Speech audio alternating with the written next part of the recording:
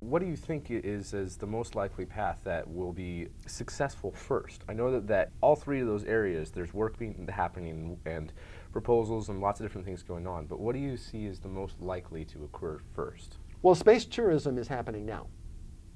There have been 7 people on 8 trips to the International Space Station, and they paid the Russians between 20 and 30 or 40 million dollars to do that. So space tourism has started.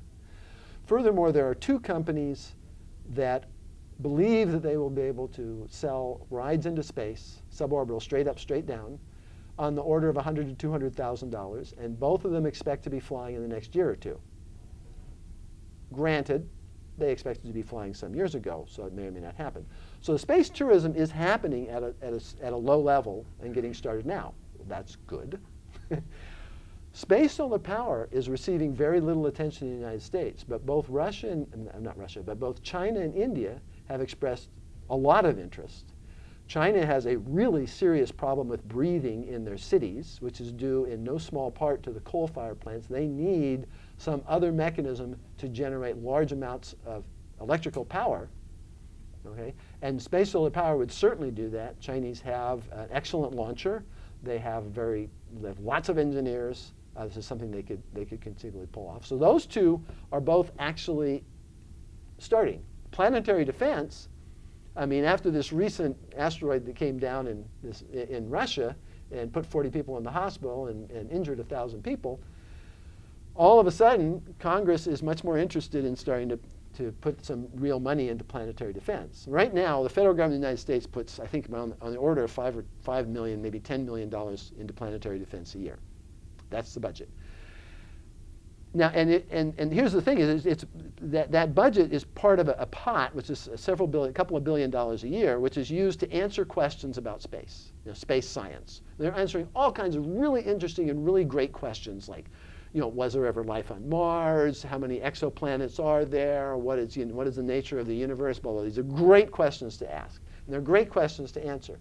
But the most important question that we need to answer about space is, where is the next rock that's going to hit us? Right? We know that rock is out there. We don't know where it is. And we really need to know the answer. Okay? And in a multi-billion-dollar budget, we're spending $5–10 million to do that. That's not right. Okay? We have to fix that. It's the most important question we need to fund. I mean, that doesn't mean we have to spend $1 bazillion. My suspicion is you could have a terrific planetary defense program for a couple $100 million a year. I think a really, really, really good one that would make total sense, and hopefully that funding will bounce up to those kinds of levels. So all 3 of these paths are actually in progress today, and it's anybody's guess as to which one is going to mature first. There are a couple other smaller paths, like materials processing in space, making biological products, medical products in space. There's some indication that space might be a really good place to grow organs, and if anybody can pull that off, they're going to do very, very well, because a lot of people could use new organs.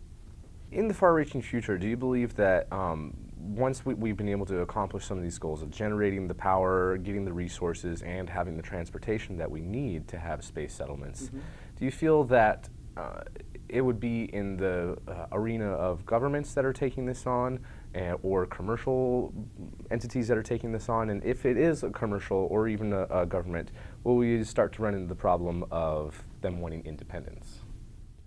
Well, I mean, space from the beginning has been a partnership between the government and private industry. I mean, Apollo, which was a quintessential government program, a lot of the work was done by private industry. And then government would let contracts and so forth and so on. And the sort of the line between government and private industry is moving. In the sense you're seeing things like the government has new different kinds of programs like commercial COTS and Commercial Crew, which are helping to develop private commercial vehicles, which are then can be used for communication satellites, for space tourism, or whatsoever. So the line in terms of what the commercial side is doing versus what the government side is doing is moving, and it's moving to a more commercial area. We have a limited amount of money that the taxpayer is willing to spend on space development. And it's in the order of 0.5% of the federal budget. It's running about $17 billion. This has been very consistent for decades. And what I think we need to do is we need to think of those dollars and leverage them by creating industries. And there's a great example from the 60s. In the 60s, we spent $24 billion to put some guys on the moon. And it was great, okay? And we did that 6 times, and then we stopped.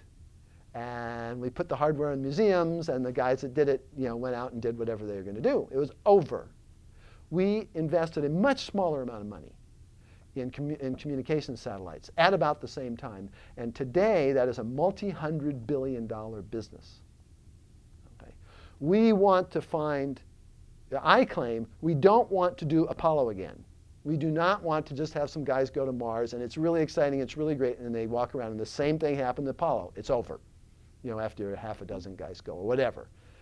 What we want to do is a communication satellite. We want to spend our government money in a way that creates industries that are self-sustaining and grow and produce the infrastructure and the technology that we need to do settlement. Now, planetary defense is a little different. We would also like to commercialize that. I think it's harder to do because the tourism market and the energy market basically have got 7 billion potential customers. And for the energy market, that they want the product. As a matter of fact, they're consuming it now. For asteroidal materials, it's actually difficult to get them on the ground and sell them, except in small quantities at a profit. So you want to sell them in space, and there are not 7 billion consumers in space. Okay, so you've got a problem with the markets. But it is a core function of government. It's not sort of one of these, provide for the general welfare sort of thing. This is defense. We have to do this. There's really no choice.